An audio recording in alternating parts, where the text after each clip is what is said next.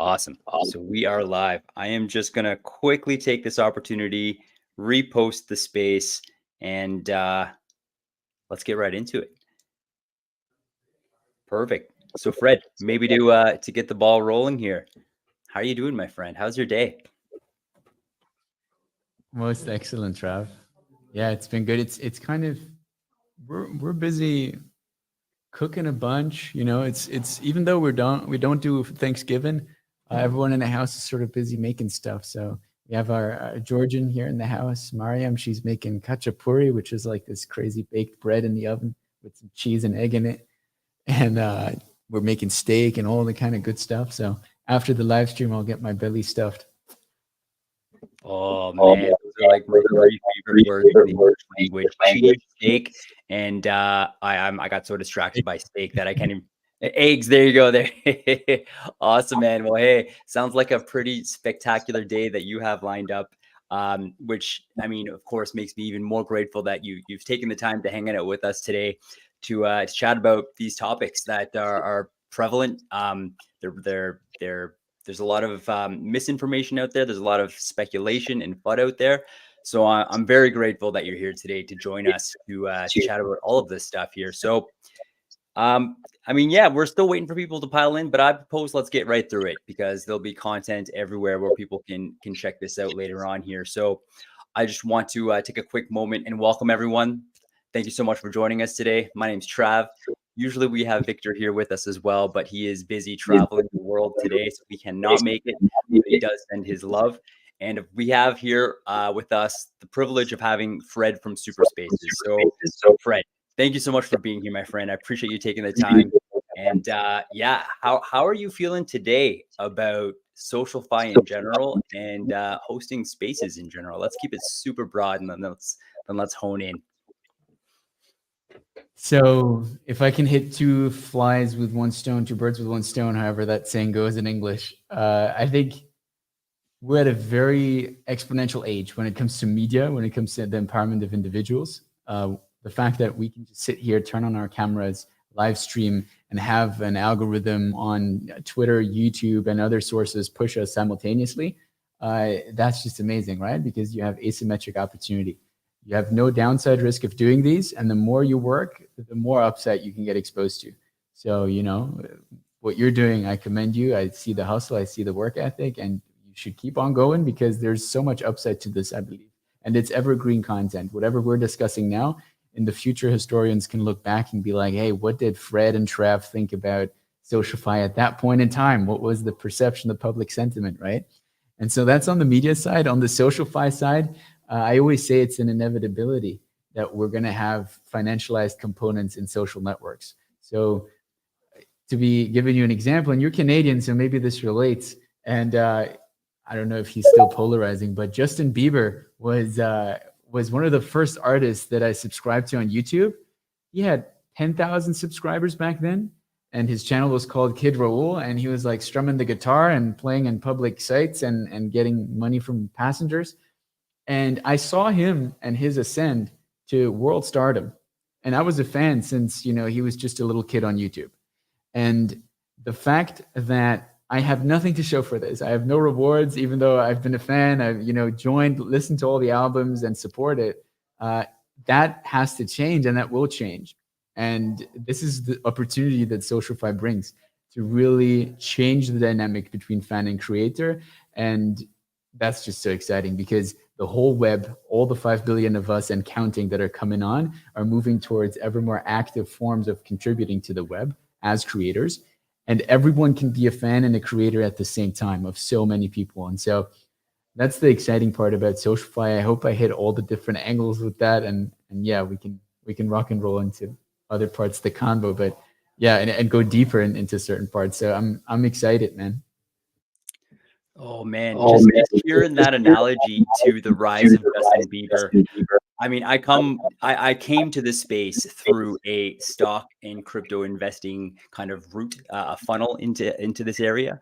And to me, that would be the same sort of scenario as getting into one of these blue chip companies like Google or Microsoft back when it was $1 a share.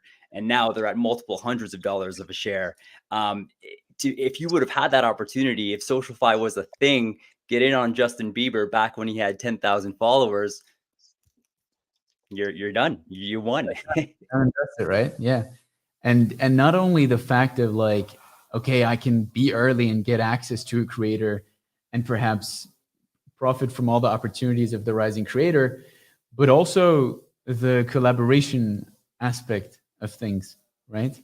Maybe I want to make a song with him, right? Or maybe if I look at Mr. Beast and I get in early on him, maybe I can do a video together, because that's what Mr. Beast does. He's also a community builder, right?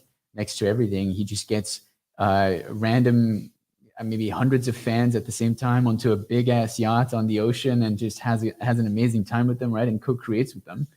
And so I think co-creation between fan and creator is, that's going to be a very, very exciting realm. And it's going to be a place where people can make an honest living, or at least supplement their living with. 100%. There's so much to dig into there. And I mean, we can already see the value in that. Just looking at X, for example, ever since the subscriber function came, like to be able to connect with these big accounts or have them reply to you or have them engage with you just skyrockets. Like, for example, I have a couple of friends actually who've subscribed to massive accounts like Elon, even like NFT God. Actually having like paying for that subscription. In this case specifically, you don't get that financial return directly per se, but they've actually had engagements from these huge accounts just from doing this. It almost gives them a light to kind of shine a bit on their authenticity for the most part, not in all cases. But yeah, the potential for the collaboration in this whole thing is huge. And that's honestly something I hadn't even considered coming into this conversation today. So I'm really glad that you brought that up here, Fred. So real quick, before we dive in, because I feel like I want to talk to you for hours about this here, I just want to take a quick step back and just thank everyone who has joined us here. We've got some excellent people here who I've had the pleasure to connect with for over the last couple of years, actually, to be honest with you. And I just kind of want to give you guys a preview of what you can expect from our conversation today. So there's a couple of things. We're going to talk about hosting spaces, particularly in reference to the amazing tool that Fred here has helped create called SuperSpaces, and how you can actually leverage that to boost your growth as a Spaces host. We're also going to talk about SocialFi. We're going to talk about kind of just the general concept of it, but then also very specifically to a special project that Fred is actually right in the middle of as well. We're going to get all into that. We're going to share with you some awesome opportunities that's going to be happening here within the next couple of months. And that's just kind of the tip of the iceberg. So here we go, Fred. I want to kind of start here from a bit more of a macro level. So kind of preparing for a conversation today, I saw that you've been in or on X as of March 2011. So you've been here for a while. And when I was reading kind of your bio or your on your SuperSpaces website, I noticed that the reason you guys created SuperSpaces was because at that time you created your own NFT project, and you noticed that there wasn't enough data to really do that experimentation in terms of growth. That just was non-existent at that point. So that's why you thought to actually create SuperSpaces. So right off the bat, I just want to ask you, how did doing that boost your growth? And kind of, actually, maybe I'll just leave it at that question for now, because I have a couple more off of that. But I'm just curious how that experience was for you, and how that actually affected the growth of your NFT project as well. Oh, I love talking about this because it's like memory lane for me. And it's almost not in my top of mind that I was launching an NFT project at the time.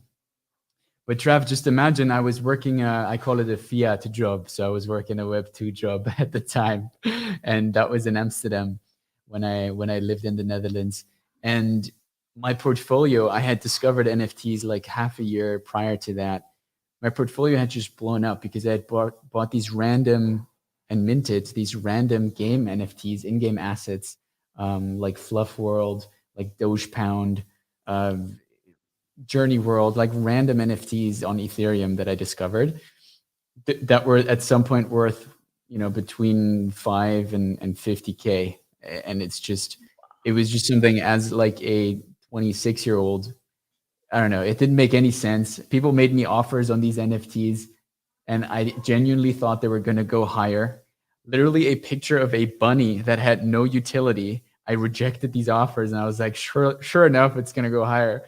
And then I quit my job at Pico Bull Market, and I thought, let's do this. This is the future. Let's launch our own NFT project.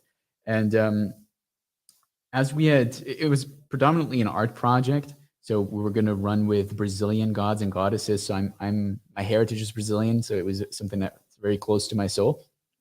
And the art project meta had died out by the time we were starting to build community. And it was as if you were pushing a very heavy rock up a hill and nothing would help, right? And then that makes you reflect as you pour more and more of your own money into a project of your own, and the community doesn't pop off and hype the way you expect it to be. You start to think, what can I do to get more traction with the market, and what can I do to actually help people, right? And then as an entrepreneur, you always look at, okay, what frustrates me the most? And for me at the time, I had moved over from doing AMAs on Discord because Discord was kind of getting less traction, and Twitter and Spaces specifically was getting a lot of traction.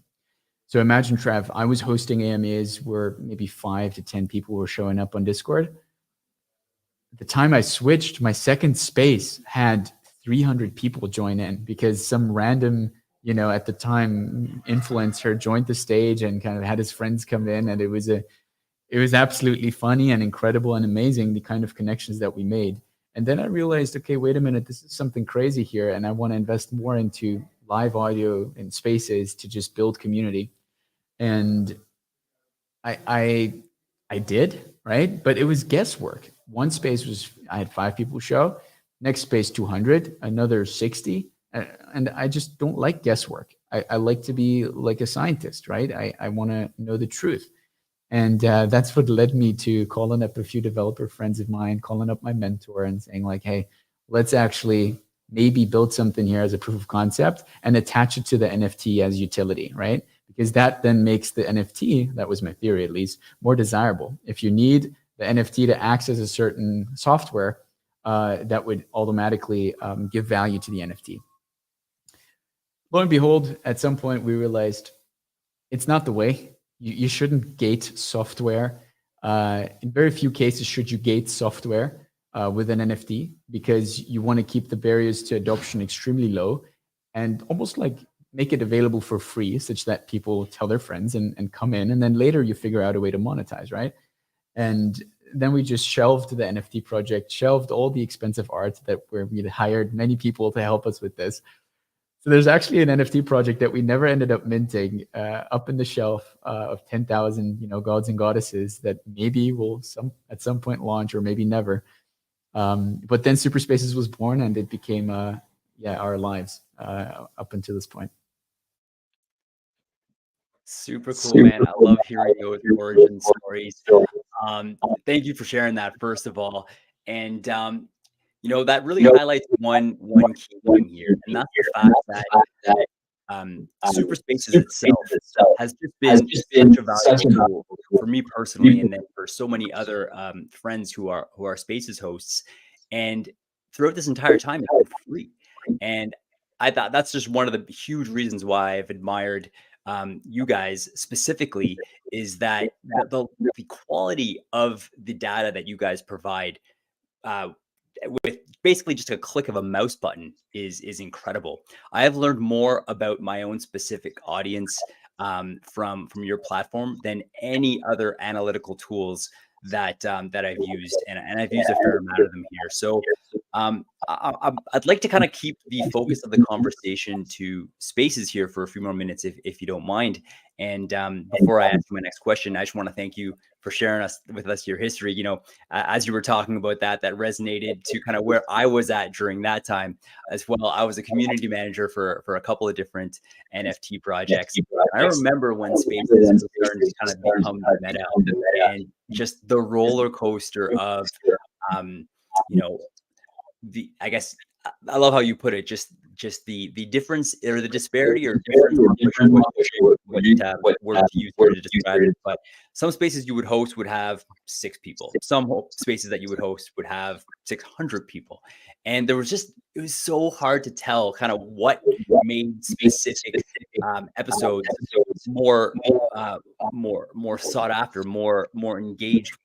And I'm kind of curious over the years of digging into this platform, are there any specific variables that you've been able to kind of tease out that can kind of maximize people's spaces when they're hosting them?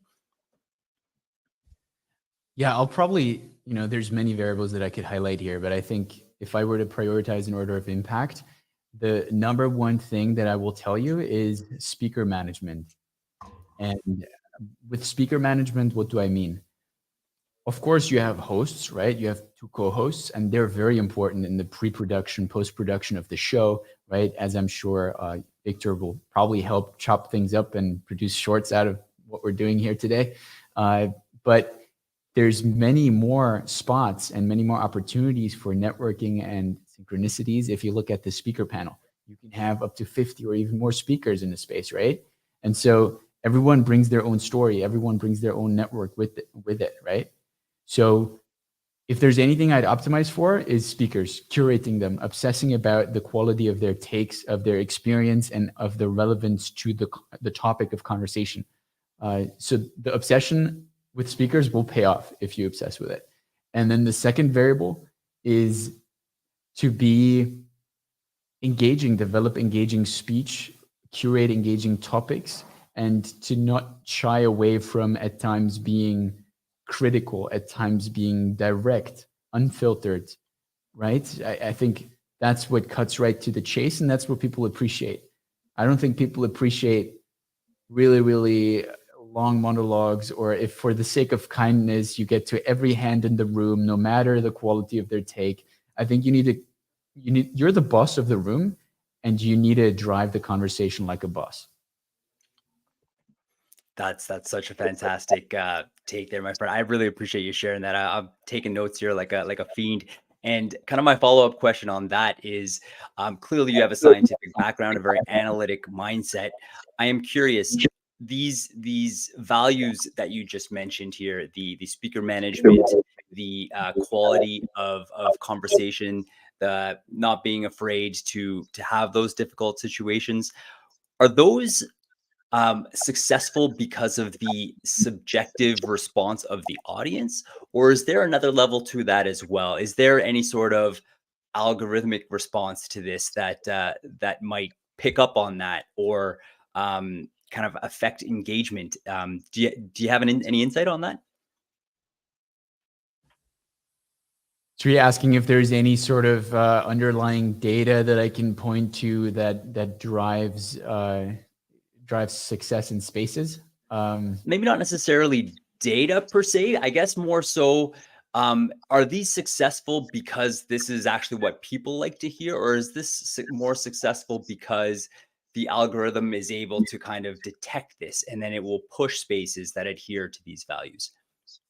This is actually an interesting topic of conversation. I think both are almost one and the same. So if you take out the equation of let's say bots and just synthetic engagement farming, I think the algorithms tend to be so advanced on a network like Twitter that I equate them pretty much with what the audience wants to see and wants to hear. Yeah. Perfect. No, that makes a ton of sense. That makes a ton of sense. Of course, it's kind of like a positive feedback loop, I could imagine. The more interesting your conversation, the more interesting your space, the more people will engage with it, the more people will retweet it, post, or like it, comment, and then it would likely be that the algo picks up and then continues to perpetuate that engagement. So that really connects some ideas here, and I appreciate that answer here. So I want to kind of focus more specifically on SuperSpaces, the tool itself. So yeah, I have a specific question I want to ask you, but first, I know this is your baby. This is your passion here. So I just kind of want to give you an open mic and just talk to us about what SuperSpaces is and what your goals are with it. Man, so I want this to be the home for people that are passionate about social audio and Web3. And I want people to be able to level up consistently in terms of their collaborations and their monetization opportunities. So we've had the great privilege to work with brands like Polygon, like Immutable X, to really connect speakers and hosts with sponsored opportunities, right? And I think that's so exciting because not many years ago, we were in a place where podcasting was such a new phenomenon. And all of a sudden, the top 100 podcasters are all sponsored and decked out on their shows. And they have actually specific ad packages and media packages that they sell, right? What we're seeing now is gradually more and more production level, like this, Trav, what we're doing here with video, is coming into social audio. That enables media products to be sold and airtime to be sold. And it also enables beautiful creator collaborations. And so I want SuperSpaces, it already is the space where people refer to and say, hey, this is the kind of value that I can bring. Let me check and see what value you can bring and see how we can work together here. So I want it to be the home for every enthusiast in Web3 about social audio. I'm getting shivers. I'm feeling hype. That was a wonderful answer, and I appreciate that here. So, I have one question that I'm about to ask you, and then one question that I am going to ask you first. And the question that I am going to ask you afterwards is, how are the top 3 ways that a Spaces host can use SuperSpaces to kind of increase their growth as a Spaces host? But before I get you to answer that one, and I'll ask you the question again, so don't worry about remembering this, is I can see the fire on your face and the passion as you talk about this whole concept about your goal and your mission with SuperSpaces. I'm curious to know where that fire came from. Are you able to dig into that a little bit? And I'd love to just hear a bit about what actually created this passion for connecting creators, Web3 in a Web3 space specifically, and just kind of empowering people to kind of get those media sponsors and then just thrive in this environment here. I'm curious to know what drives that. Yeah, so I made the analogy here with podcasting, right? And I think live audio is at a place where in 2-3 years from now, everyone on our top 100 leaderboard probably are going to have sponsorships, and they're probably going to rake it in the next bull run, let's be honest. And so that kind of size of opportunity is obviously what excites everyone, right? And why we're doing this, right? And so the fact that the first billion-dollar brands around creators are being developed, like Joe Rogan or Lex Friedman, right? That's just a proof to show, this is where the ball is headed, and we have to play where the ball is headed. So that's what fuels me. That's why I get up for it. And then the top 3 ways, how to use SuperSpaces. Man, so I love checking out the top people in the world. Like whenever I measure myself, it has to be against world-class people, right? And so we give you that. Like if you've ever wondered, okay, who's the top of the charts in Web3 in terms of hosting, just go on superspace.ai. It's freely available, and you check out the top 10 people and you snoop around. You click their profile and you check, what do they actually do? Can you look back into what are the most engaging moments that they create with their audience, where they have hundreds of laughing emojis because they were so damn funny, right? And then you analyze and study audiences in our space, and then you see, hey, maybe I can put my own twist to it and recreate such good connection with my audience. So that's number 1. Number 2, sourcing speakers, because as I said, I think speakers are the most important part of any space. And then you can actually check after the space ends, at what point when a speaker took the mic, does audience go up or does audience go down? If audience goes down, I'm not sure if you want to have them back again. And it sounds harsh, but it's the reality of driving a space, right? And if audience goes up, let them speak for however long they want, right? I'm exaggerating here, but that's roughly how I would approach this. And then the last part is data sovereignty. You're the owner of your data. How many friends did we have that got banned from Twitter or suspended from Twitter for no reason? And we don't even know. Let's say you had a banger space last month, Trav. How much time would it take you to scroll back on Twitter? And maybe Twitter even deleted the recording. You don't know who attended. So you don't really know the social capital you built. And with SuperSpaces, you actually get all of that, right? So you can export that. You can do your own math with it, or bring that to a sponsor and say, hey, I actually get this many people, and that gives you leverage. So I'm all about leverage, and yeah, that's what we want to give to creators with that. Man, that is awesome. The like two of those points are things that I hadn't even considered, and I've been using SuperSpaces basically since 2022, kind of I would say fall of 2022. That's the idea of sourcing speakers and then actually checking out the top spaces, Web3 spaces accounts, and kind of basically dissecting, what actually makes them successful. As a spaces host, that is invaluable. And to anyone listening who hasn't used SuperSpaces, it is so easy to do that. The amount of data that is easily readable on SuperSpaces is out of this world. You can actually go through so many different metrics. You can see your own top audience members. You can see how long they've listened to your spaces. You can see how many emojis they've dropped on. That's a big one, Travis. Sorry for barging in here, but shouting out your audience members, like they make the show. They come in and support you, right? Like you need to know if they're your true super fans, and so you want to shout them out. That's a big one, and I'm happy you brought that up. And then just as you were speaking, another thing came to mind. As you, for instance, look for collaborations, maybe you pay for collaborations. Web3 is a very gnarly space. Sometimes people will want to sell things to you and grift you. And with data, that gives you power, right? Just a few days back, someone offered me a sponsored space for, I think it was $1,000 worth of a token allocation. And I did not believe the guy. I didn't think they were legit. I had the tool. I looked on SuperSpaces and I checked. Sure enough, their engagement was botted, right? And if you can bring receipts like that, again, like that can save you so much time and save you resources. And so, yeah, by all means, like before you enter a collaboration, get your receipts together. Oh, I love that. I love that. So real quick, first of all, I'm going to take you up on that alpha to shout out our audience members here immediately, because we've got some absolute legends here with us at the moment. We've got the Wildcat Alliance with their leader, Aslan. We've got the Open Chain, who was our incredible guest last week, who spoke to us all about Web3 safety and avoiding scams. We've got Cell, who is an absolute legend in the mental health space. We've got Arena, who is one of Web3 Matter's best supporters. We've got Spranko, who also holds incredible spaces from a mental health perspective as well. And just so many other legends that I wish I could dedicate all the time of the space to thank each of you specifically. Just know that I love you and you're incredible here. And the one thing that you mentioned that really resonated there, Fred, was using SuperSpaces to basically weed out these shillers who are trying to grift you. There were so many situations as a community manager a year and a half ago where this tool would have saved me so much grief.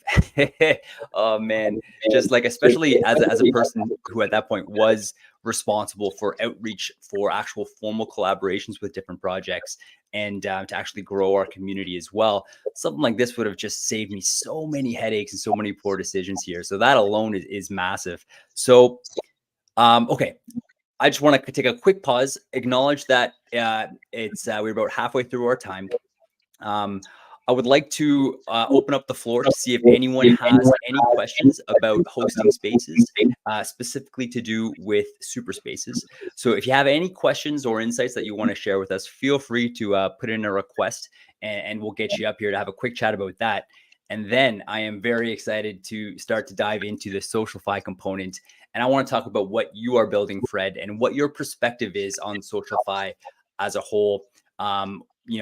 I want to focus a little bit on some of the FUD that's out there, because there's been a lot of drama around SocialFi.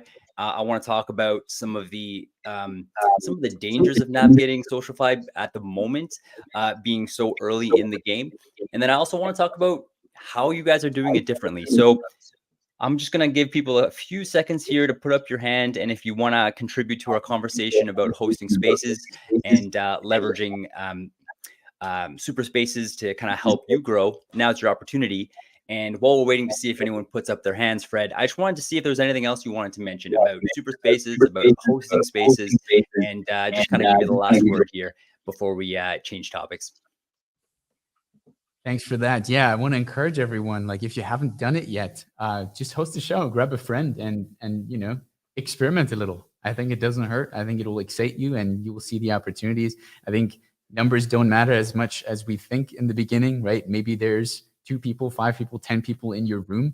That shouldn't deter anyone. I think I've had the best connections in some of the rooms that were just smaller, right? Where you can really maybe have the time. You don't have to look at the clock to give out your banger take within 5 seconds. But you actually get the time to connect more deeply. So I want to encourage everyone, and I also want to let everyone know, hey man, there's a comment box down below. I want you to hit that. If you don't want to come up and speak, write your question down. We're going to get to it. Retweet the room so we get some more friends in here, and let's get this party started. I see we got homeless, I would guess, homeless connecting. So yeah, we're gonna probably pass it to him. But Trav, what do you think? Yes, absolutely. We will do that. And before you do, I just also wanted to reiterate the value of hosting spaces. For me personally, I'm here in Web3 for a couple of different reasons. I want to make it in this space. I want to find a way to kind of be my own boss, have my own company, have my own purpose. But I also want to grow as a person. And hosting spaces has allowed me to accelerate both of those things, both in just developing the confidence to speak publicly, which used to scare the crap out of me, the opportunity to have real, genuine conversations with incredible people, many of whom I've just shouted out a few minutes ago. But then also to really just hammer in your brand, but then also get that immediate live feedback that you can implement right away into your own growth. And the last thing is just the alpha that you can get by having incredible guests here like Fred. The learning never stops. And I 100% encourage anyone, if you've had any interest in hosting spaces, just do it. And if you need any support, drop me a DM. I'm happy to support you here. So let's keep going here. Homeless, thank you so much for joining us, my friend. Appreciate you taking the time. The mic is all yours. Hey, thanks. I don't know that there's much a question about hosting. It's maybe it has to do more with SuperSpaces, but trying to find out, is there a way with your data that I can find out if I have a community who has actually gone into spaces, been on stage and actually spoke, and what they're using for their PFP or avatar? Is that a possibility? 100% right now. If you go on superspace.ai, you sign up and authorize your Twitter, chances are we probably have every space in Web3 logged, unless there were some Twitter issues, which we're not going to get into Twitter issues. There are many, but we're still out here. We're still working. A lot of other Twitter apps shut down, but we always found a way. And yeah, you can do that right now, Homeless. If you have any host that you want to look up, or if it's yourself, right? Just type it up in the search box up top, and then dive into their recent spaces. And should you not be part of the system just yet, once you authorize, your next space is going to be synchronized, and we're going to be there. So that's that. And if you have any questions, just shoot me a DM, and I'm happy to help and assist in any way possible. Sure. And does that actually say that they were speaking and not just that they had the mute off? Yeah, you can bring receipts. There's a little details page, and you also have the transcripts. So what you can click on the details, and you'll actually see the minutes that every person spoke. So you can actually check back. And right now with Trav and Fred, we can see here who monologued the most during the space. At the end of the day, we'll be able to say, hey, one person had 60%, the other 40, right? And we break down all your speaker panel like that. And so, yeah, and we also have an API connection that's available that we're later on going to monetize with our fan token, which is a good reason to get into the airdrop and start collecting those points at the moment. But yeah, we want to just create an open ecosystem, right, that is powered by fan and where you can get your spaces data needs sorted out. So definitely Homeless. Great question, Homeless. I really appreciate you asking that. That you've highlighted, it's a really important point. And the cool thing about the answer that Fred gave us was that those specific functions that you were asking about have been basically available since day one. Correct me if I'm wrong, Fred. And that's just kind of the tip of the iceberg, too.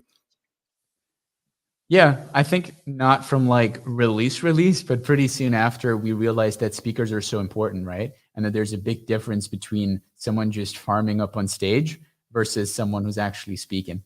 And so I think that's very important, Homeless. What's your use case, if I may ask? Like, why would you want that data? It's more to measure community activation for some different items that I'm working on. And I just need a way to validate that things actually happen, that they aren't just getting pulled up on stage and doing the engagement farm, that type of thing, that they actually are there and can spread a message if that's what you're trying to get out of your community. 100%.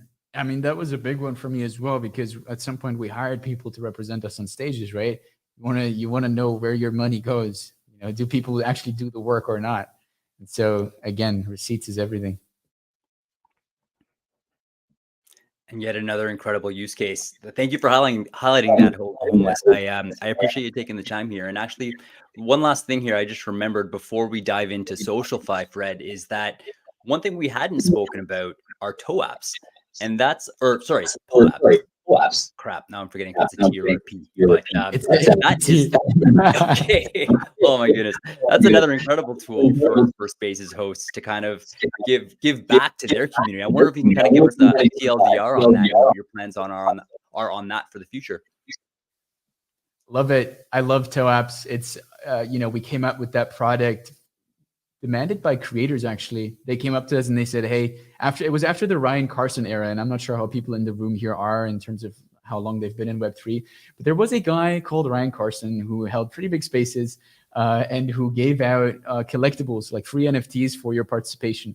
And it was always a bit clunky to collect them using the POAP app, and there was a lot of hassles there. And so they asked us to create a protocol that is optimized for Spaces, because we're obviously SuperSpaces. And so we did, and it integrated with, still integrates and runs to this day with 4 blockchains. So Solana, Polygon, Ethereum, and Binance Smart Chain. And it's still being used by some NFT projects to just, for instance, they token gate a Discord channel based on the actual attendance, right? So you can basically set the TOAP for, hey, if you join 10 of my spaces, you qualify for the mint. It's a free mint. On Polygon, it costs fractions of a penny. And then you can rep that you were there early, let's say, and that you're a loyal community member. And so then those TOAPs gate a giveaway channel. And then people can actually, give away stuff on merit rather than just randomly tweet picking someone on a space. And so that's the use case there. I think there's going to be a pretty big revival around TOAPs. Right now, we've shelved them to focus on superfans. And to be honest, Trav, if you build something with a Web3 integration on a platform like Twitter, it can get very expensive very fast, because tomorrow Elon could get up and say, hey, I want to change things. I actually want to, I don't know, make it more expensive to access the API. And then it becomes really hard to keep on iterating on something like this. And so the beauty of SocialFi, again, and why we're focusing on superfans, is then that we are actually in control together of the network. We don't depend on any gatekeepers, on any Twitter, on any social network. We create our own, right? And so many people even complain about Spaces, Trav, and I'm not sure if you have any frustrations, right? But it happened many times to me before that you sort of got hundreds of reminders for a space set, and then you try to open the space and it doesn't work. And so that's a very frustrating one, and it doesn't have to be, but it seems to be that bugs are quite sticky on Twitter, and that there's very little development to advance spaces in general.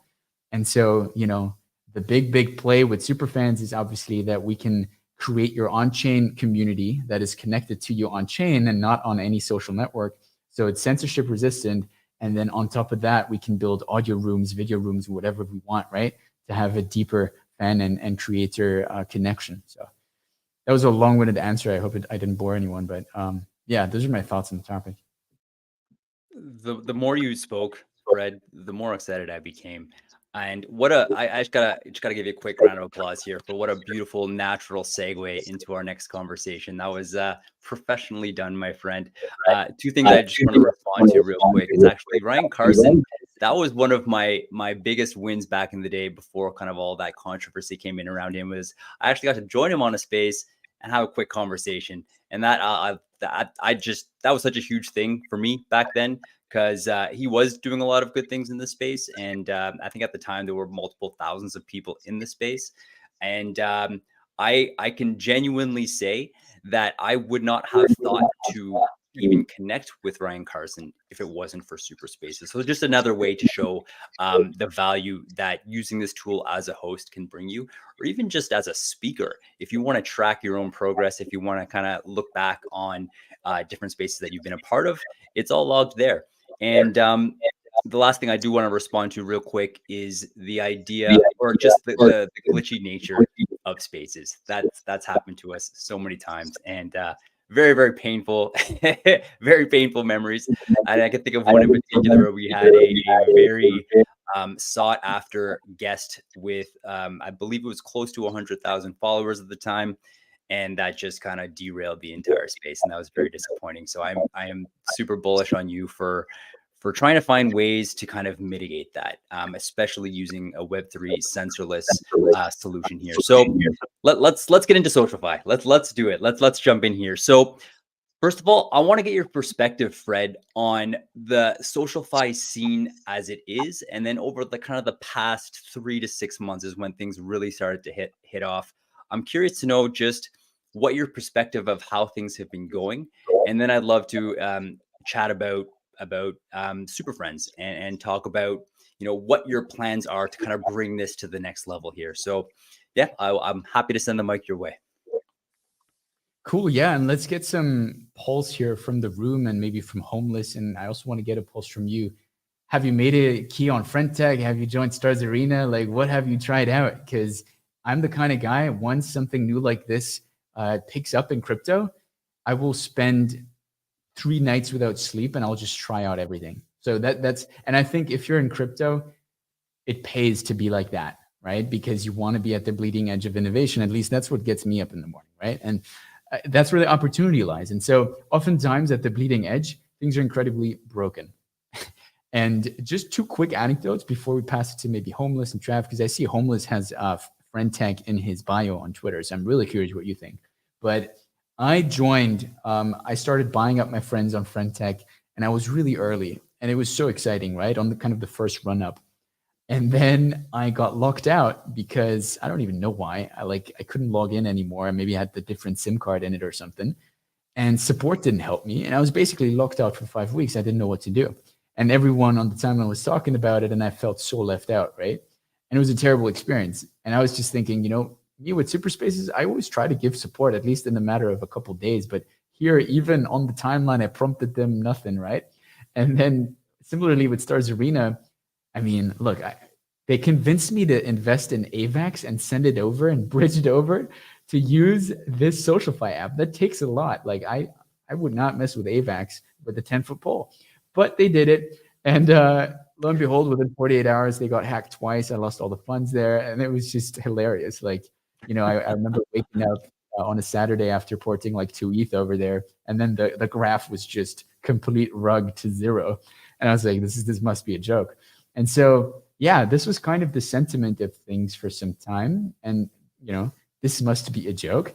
But I think given that activity are so low at the moment and a lot of other narratives are coming up, it is the best opportunity to double down. Because one thing I do know, it is inevitable and it will shine again. Couldn't agree more with every single word you said. Where to respond to? I think first, I just want to immediately respond to what you just said.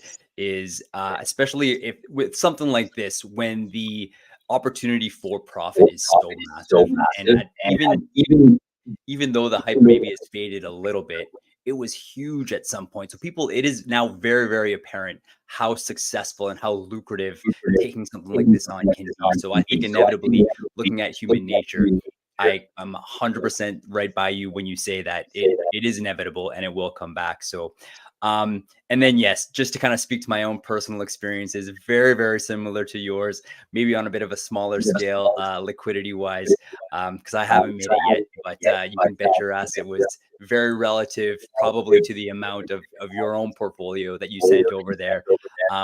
Man, it was thrilling. It was absolutely exciting in the very early days.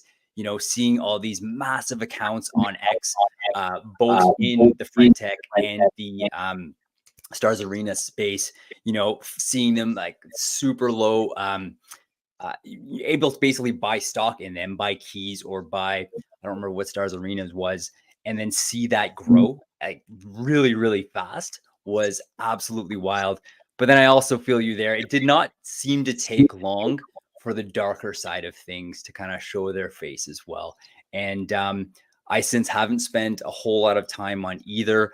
Kind of have a bit of a not the greatest taste in my mouth after some experiences with them, but I think the main message was delivered, is that the potential is real if done right and if done safely. It's a heck of a lot of fun. And particularly with Stars Arena, what I think I really enjoyed was there was just complete absence of algo, and there was complete absence of just kind of that big brother vibe that you get in X, where things can just be taken away just like that. Well, they were, but in a different method. But that kind of leads to the idea that if this is done right, it could be an amazing advancement for SocialFi, for social media, for collaborating, for generating profits. So what a great way to get into my next question is, I want to hear about what you're building with Super Friends and how you're addressing some of these things that have come up based on the experiences of the other different platforms here. So just, feel free to take this conversation wherever you'd like. Yeah, Trav, that's a fantastic segue. So I think there's two problems that we're addressing, two big ones. There's many more, but I want to prioritize here. One thing that's really important for me is accessibility. So I want everyone, all the homies in Brazil, in Nigeria, in India, to benefit from this new trend. I don't want it to be a pay-to-play, small Twitter influencer cabal thing. And sometimes it felt like that with Friend Tech, right? And I was maybe privileged enough to get all the alpha early on this stuff. But even still, like when Yatsu, the CEO of Animoca Brands, launched, I was priced out immediately, even though I really wanted to get access to talk to him, right? And this is something that needs to change. We need to have a social network that's censorship resistant and at the same time caters to people from all over the world with different languages, different currencies, right? Different financial status. And so accessibility is the one thing that we solve for, and we're doing it so with a couple innovations, with a couple things. So main thing is the bonding curve. We're taking the bonding curve approach that everyone has come to know with Friend Tech. Not reinventing that wheel, but what we will do is make it more dynamic. And we do that through key fractionalization. So it's very simple. You think of it like a stock split, right? The moment a creator becomes, the price soars and you become priced out, the creator can always make new spots in their fan base available by taking a key, splitting it in 10 pieces, and automatically the price of that is reduced by tenfold, and you get in much more affordably. So that's one innovation that we're bringing in, which we're excited about. And then the second one is the Launchpad, because there's Launchpads for tokens, there's Launchpads for NFTs, but none for creators. And that should happen. It's a very crypto native way of really putting your brand out there. And so, we want to give marketing support to the creators. We want to also enable them to launch into a community with fair price discovery, right? Without being botted up to Valhalla. And that's what the Launchpad enables. And it also creates a beautiful use case for the token right away, where people who stake, right? It's a staking enabled Launchpad. They get higher chances to get in on those creators. And so, that's how we plan to solve accessibility. And then the long-term aspect of things is just a matter of how do you find product market fit with these things, right? People always use airdrops and tokens as an incentive, and it's one of the best customer acquisition or user acquisition methods. And we're using it too, right? Because it works. But at some point, you have to have a product that people return to out of interest, out of their own volition, not because of any sort of airdrop. And so the way we plan to do this is just really by having creator tools that deepen fan and creator connection. So you and the creator, or you and your fans, you'll be able to collaborate together on tasks, on sponsorship deals, on things that you already do in the space, but now everyone is connected on chain and all the rewards can flow automatically. And so that's where Superfans is headed. Man, so excited. As soon as you said fractionalization, I just my eyes lit up here. And just to kind of elaborate, maybe provide one more example of a use case of fractionalization that has been created by Web3 as well is in real estate. So real estate for a certain amount of time, maybe not necessarily anymore, but was one of the safest investments, the most lucrative investments that a person could do. But that only applies to a very, very small percentage of the people in society who can actually have that extra couple $100,000 sitting around to be able to pay for another property here. And what another thing Web3 has done is they've basically fractionalized real estate. So they've made it so even if I only have $100, I could buy in on this property, and as it increases in value, I will profit from that. So that's what a great way to just bring that accessibility over to SocialFi. That makes so much sense. I remember having the exact same feeling when some of my top favorite creators out there initially jumped into Stars Arena. I just happened to be like 5 minutes late, and all of a sudden it was like multiple AVACs at that point, and there was just no way that I could pay it. And the FOMO was real, and the regret was real. And especially when you're considering trading, having those emotions interfere with your thesis is just a terrible idea. So I love that this is something that you're doing, but also with the value of wanting to create and foster those connections between the creator and the audience member. What was the specific term that you used? I call them fans. Fans. Right? Because, and I say that, everyone is both by default in this day and age, I feel, right? We all contribute to the network with content. We all contribute to someone else's content with a like, with engagement. So we're fan and creator all at once. And yeah, that's a kind of a beautiful way of putting it. I prefer that over the, hey, this is a marketplace for your friends. That kind of seems strange to me, but yeah. It's a little too corporate. I feel that, which takes away from the essence of Web3. So hats off to you, my friend. So, all right, I just want to take a quick moment here and just kind of reset the room. Homeless, I see your hand up. I'm about to get to you in about 30 seconds here. But from our conversation before, Fred's about to drop some alpha. He's about to drop some step-by-step information on how you can get involved in I almost called it Stars Arena, in Super Friends, and how you can take advantage of their upcoming airdrop that's happening very, very soon. And if you've been taking any value away from this, I hope that, like me, you'd be convinced to at least check it out and see for yourself what you think of this fantastic platform here. So before we do that, I want to do two things. I want to give the mic to you, Homeless, and before I do that, I want to invite everyone to our audience content blow up challenge. So what we do every space, and I'm happy that we're doing it now because we've got some awesome people here, is we invite everyone to quote tweet the space with one thing that you've taken away, one piece of value that you've taken from this space. And at the end, we're going to take one of our audience members who quote tweeted our space, and we're going to select a winner and choose one piece of your content, stick that up onto the Jumbotron, and we're going to get everyone to engage with it. And in the past, we've had huge success with this. We've been able to get people thousands of views on their content. And this is just as a way to be able to thank you guys for being here, for supporting us, for giving us your time, and for being a part of our community here. So I'll send that invitation out right now. Feel free. In the next 15-20 minutes, we'll choose a winner. And until then, here, Homeless, I'm going to send the mic your way. I want to hear what your thoughts are right now, my friend. Hey, thanks.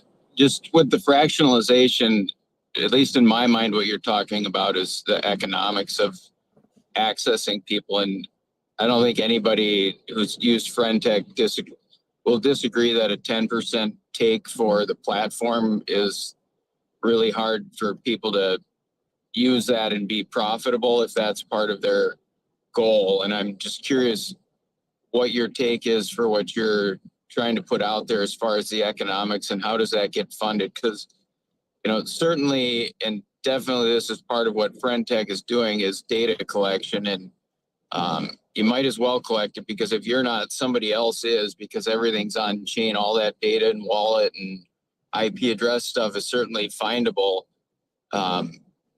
What are your thoughts, or how are you doing the economics other than fractionalizing to make it cheaper? Because along with fractionalizing, one of the issues is people look at a price on FriendTech and they say it's at 1 ETH.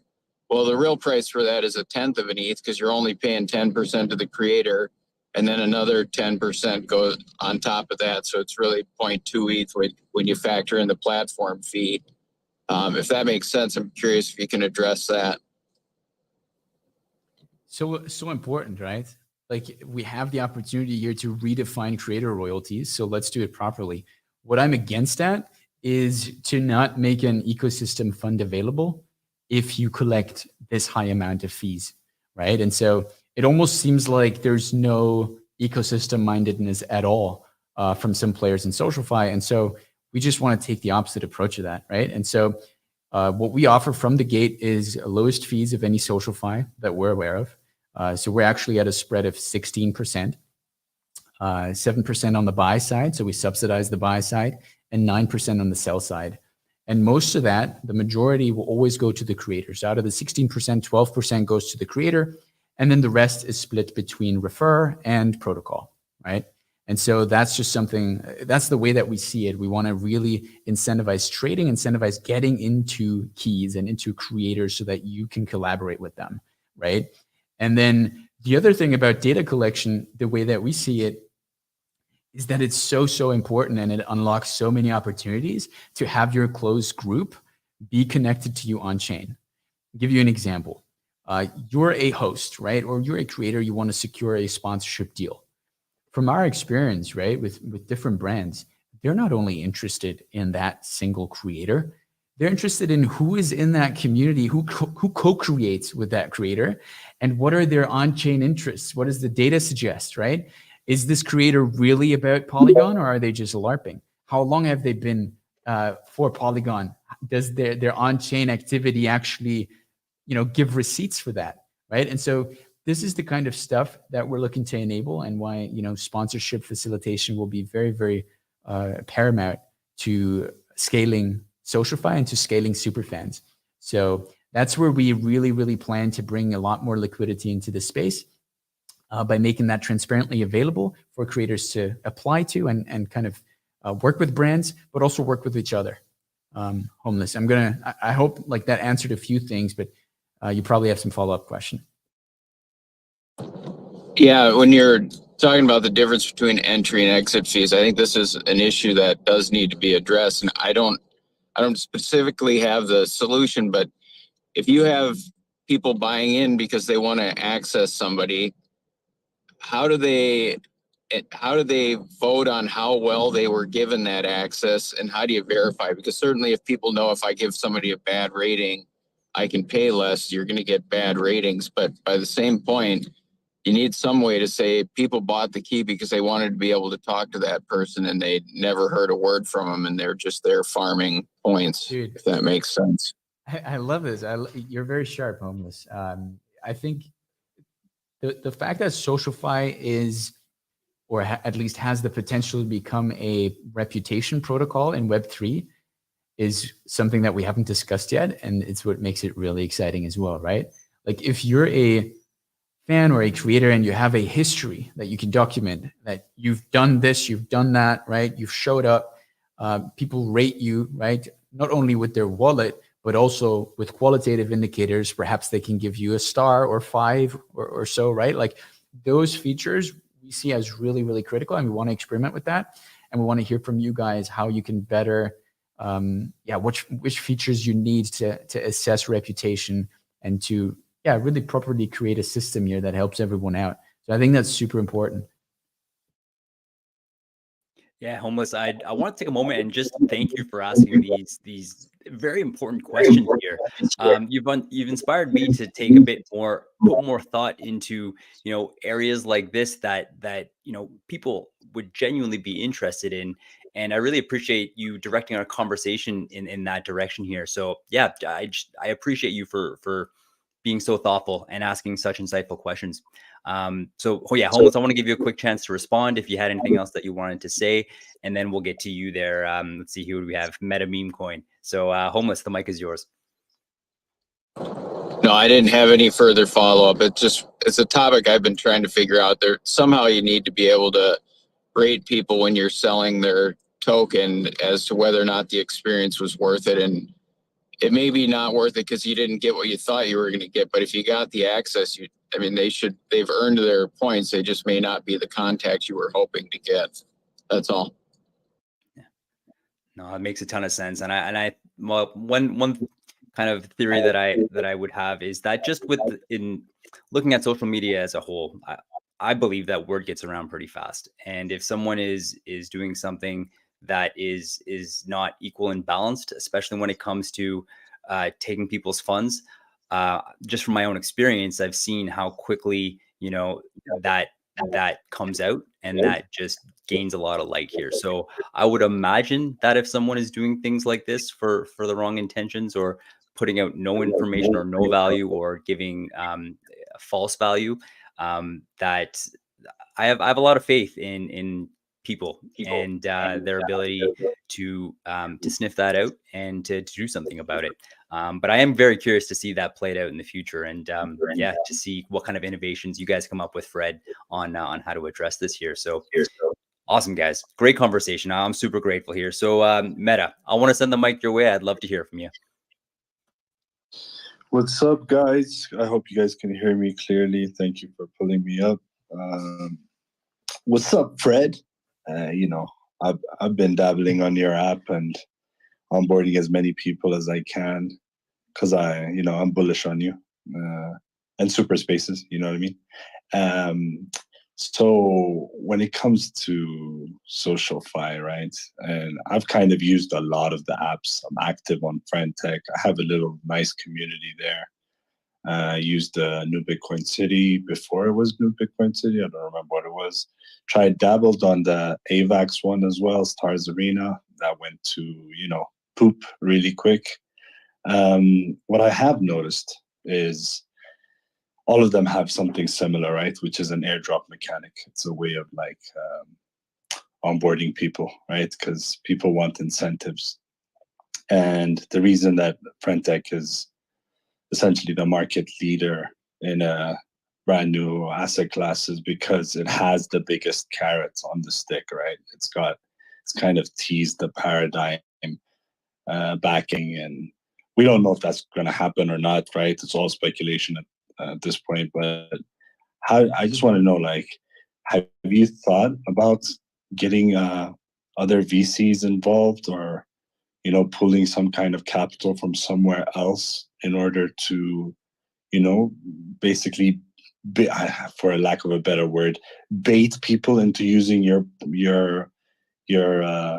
platform? Because I know it's going to be spot on, but you need that, you need that carrot on the stick to get them on board. So, and if you do have a bigger backing, I feel like people do tend to take notice, especially if you kind of look at where SoFi is right now. There's only a few apps, but this almost feels like it's saturated, right? When you try to when I try to push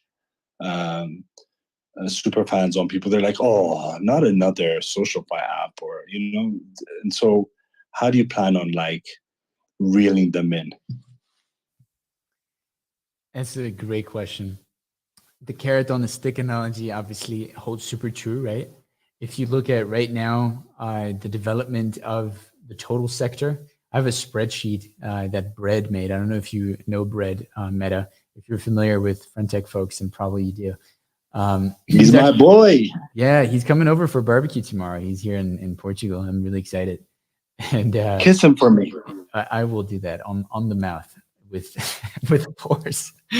No, so basically what we're planning to do is we're here for the long term. I don't care about the short term carrot on the stick thing. We're doing it the most transparent way possible without VCs off the gate. We're just launching out the token and growing this with the community. and people who contribute the most will earn more, right? Like you're referring a lot of friends, and people who don't, they won't, right? But it's something to have the allure of a potential big airdrop, but you don't really know. And then in the end, once you get your hands on it, you will definitely sell for liquidity versus you actually starting from the ground floor, building this thing up with us together. And then you immediately know how it fits into the platform. You know that if you stake the token, you get these benefits. You know it makes sense, right? And so that's an opposite of approach that I don't see apps taking, and we're taking that approach, and yeah, we're not going to stop, and our community is not going to stop. That's great. That's Just like, oops, sorry, go ahead there, Meta. So right now, right, the platform Fred is like it's basically an onboarding mechanism, right? You have like these tasks where you're completing tasks to get points, right? But what does it actually look like? Because I don't really know what it actually what the platform is actually gonna look like. So can you give us like I don't know, just something? I don't even know what question I'm asking. I'm just like, what does the app look like in the future? Yeah, there will be a mobile version. There will be a desktop version. It's going to have the cheapest fees of any of these networks, with the caveat that there's some apps like Tip Chat that are coming out that have no fees upon transacting and trading, but they're super centralized. So you cannot build on top of them, right? Because they're acting like an exchange pretty much. So we're not going to take that approach. We're going to make it, openly accessible. There's going to be a builders program. Yeah, a lot of stuff that I don't want to share all of it, but there will be more material coming out if you stay tuned and peep the community. There will be a white paper coming out pretty soon. And yeah, man, it's going to be the look and feel of SuperSpaces, but in its evolution. And I can't wait to share more with you all. Oh man, just that excitement that I described earlier is still alive and well here. So Meta, I see your hand. I'll give you the mic one last time here to respond, and then we'll keep the conversation going here. So also there, Meta, I do want to thank you for such an awesome question, or such awesome questions. You've really brought a lot to the conversation here today. So thank you for taking the time. I appreciate you. So mic is all yours. Anytime, bro.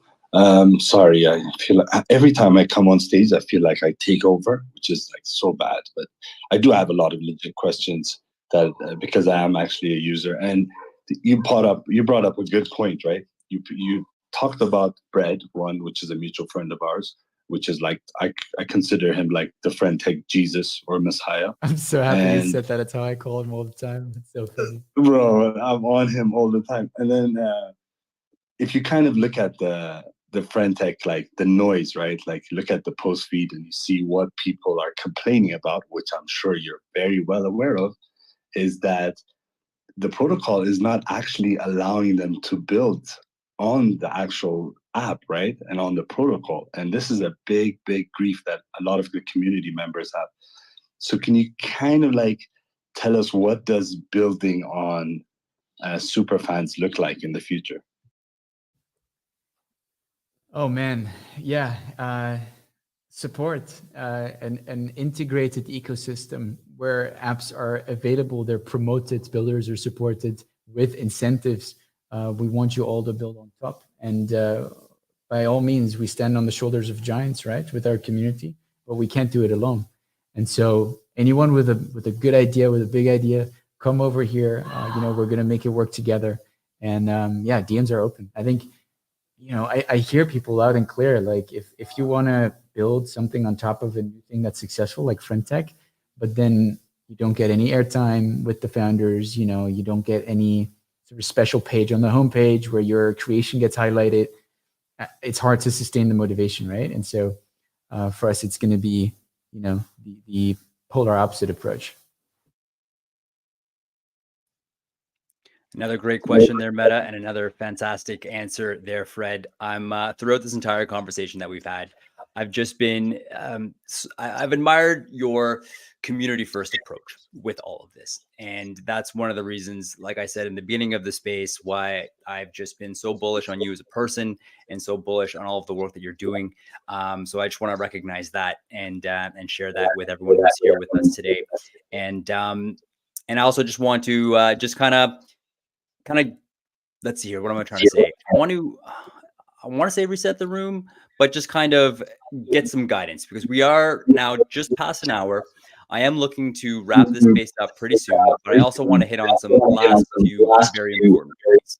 So the first point is you've got an airdrop coming up, and I would love for you to be able to take a moment and talk about what's actually happening, and then if you can tell us maybe in a clear and wow, I am totally just losing my words here. Let me try that again.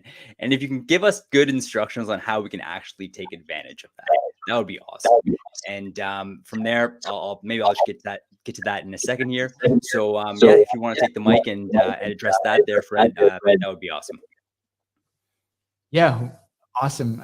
Thanks for giving me the mic on this. Important for us as we come out, and you're very early. This is our second week, I think, of really having Twitter activity, right? And if you want to build community with us like Meta, right? And I really invite Homeless if you're excited about SocialFi, and if you need a home in SocialFi because you're homeless, no pun intended, that we can be that home for you. And so for now, what I invite everyone to do is just check the site, superfans.tech. And in 4 very simple steps, you can connect your wallet and your socials, including Telegram, including your email, to be notified of, hey, what's coming up in the Superfans universe. And so as you enter and you connect your socials, you'll be able to help with community building. And those are simple tasks like, hey, check out our YouTube video, right? Because we have amazing production where we have our model Dasha presenting more about the Superfans world. And we have, a TikTok. We have a lot of things that you can do to help spread the word and spread the message, including referring your friends, right? For every friend referred, you get 50 extra points. And, gradually there will be surprise tasks coming up, like maybe you join a space or, something more elaborate where you can earn more points that yield more fan token once we actually release it, right? And so, yeah, that's how you can get involved now. So I really encourage everyone to take a look, join the Discord and vibe with us. And very soon, starting December 1st, there will be a big bang where we will start the SuperSpaces Year in Review campaign. And that will have, some surprises, some airdrop points for maybe the top hosts in the ecosystem and their communities that they can claim. Because, yeah, we appreciate the creators and what they've built here in our ecosystem. And yeah, that's a little bit of the offer that I can give. And I can also give an extra plus 100 points multiplier available here for the Social Blast Challenge that we have running for Web3 Matters. So if you've been one of the people retweeting, just send me a DM after. And if you've connected your wallet and your socials after, I will make sure you get that bonus. Man, Fred, I am so grateful for that, my friend. It just makes me so happy to be able to do things to reward people who have supported us, whether it's since day one or whether it's since like 1 day ago, if you know what I mean. So I'm super grateful for you putting that offer. Again, just to kind of reiterate that, Fred has just graciously offered for the winner of our content post blow up challenge an extra 100 tokens here on our airdrop. So that's super cool, man. Thank you very much. And then also just to reiterate, if you did want to check out this platform and get started and learn more about the airdrop, you can also click on Fred's account here, the Super Friends one, and there's a link directly from that bio as well. Of course, definitely make sure to follow Super Friends and stay tuned for any of the upcoming announcements, which have been great. And then just to also kind of land the plane here and just speak to kind of how early we really are. I think whenever I officially signed up for Super Friends, there was a couple thousand people who had already started actively getting points for this airdrop. And I think within about 20 minutes, half hour, I went from rank 3,000 and something. No, I think it was even more than that, like maybe even 10,000, up to like 200. Now, a couple of days have passed since then, so I've also seen the numbers kind of skyrocket since then. But we're definitely still very, very early, my friend. And yeah, okay. So here we go. Let's get back on track. The last thing I want to ask you, Fred, is I want to know I want to kind of allow you to end off this space. And I want you to share with us anything that you'd like us to know and any way that we can support you, whether it's through your own personal account for Super Friends or for Super Spaces, and just kind of have the final word and drop anything you'd like. So the mic is yours. Love that, man. Trav, I really appreciate the gracious and generous approach here to the space, like giving me all this airtime and letting us share and banter around with stories related to the origin of Fred, origin of Super Spaces, and now the evolution, which is Super Fans. So yeah, hats off to you and the way that you're gradually really improving your production, really improving the conversations that we're having here. So I had a blast. So that's just something I want to get off my chest.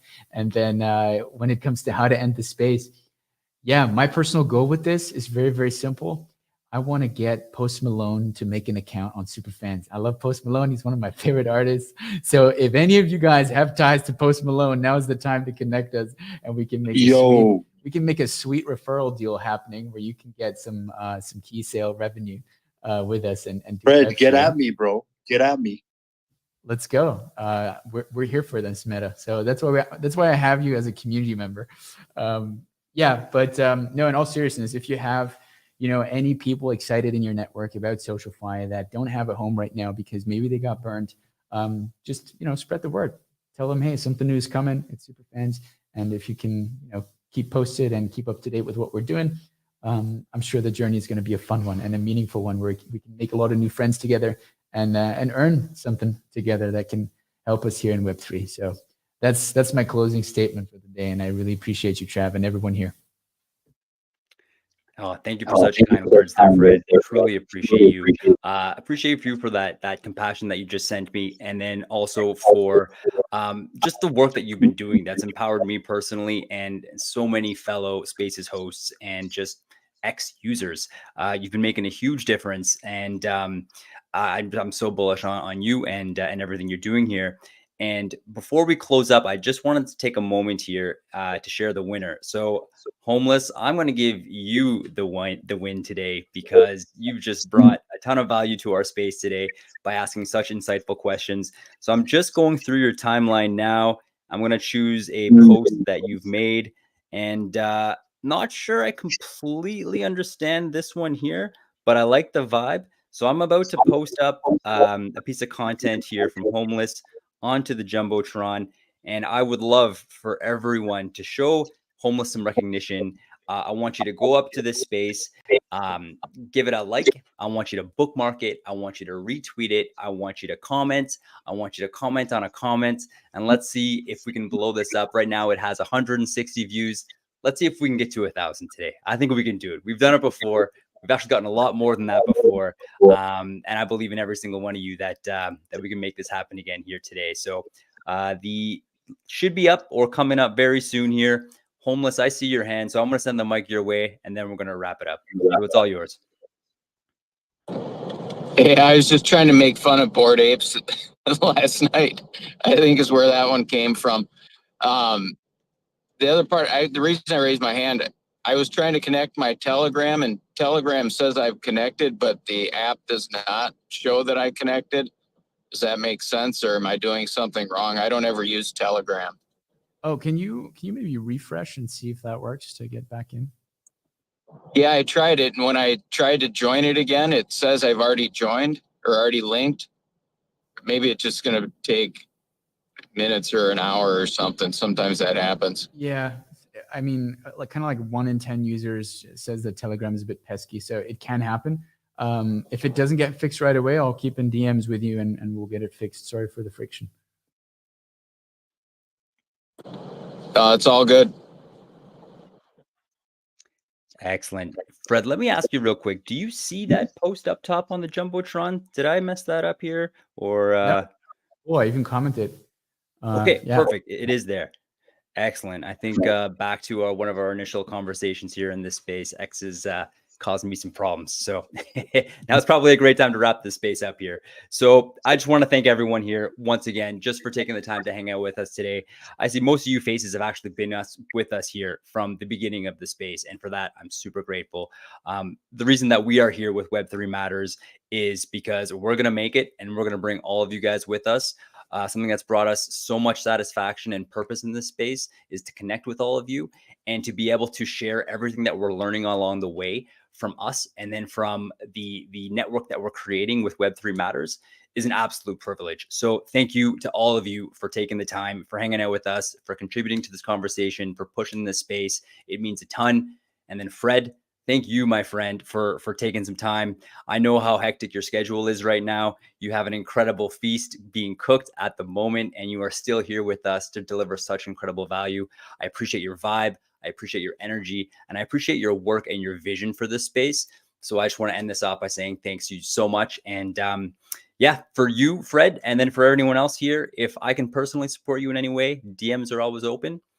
And that's about it. So Fred, if you had any last words, feel free. And then I'm wrapping it up.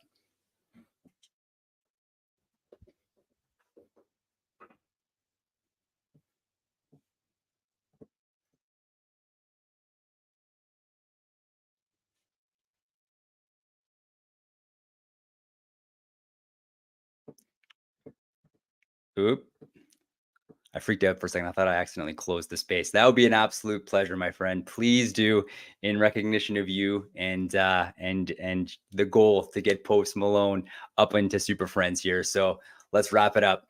I'll let you get that playing, and then I just want to send one last thanks to you, Fred, and to everyone else. Let's freaking grow.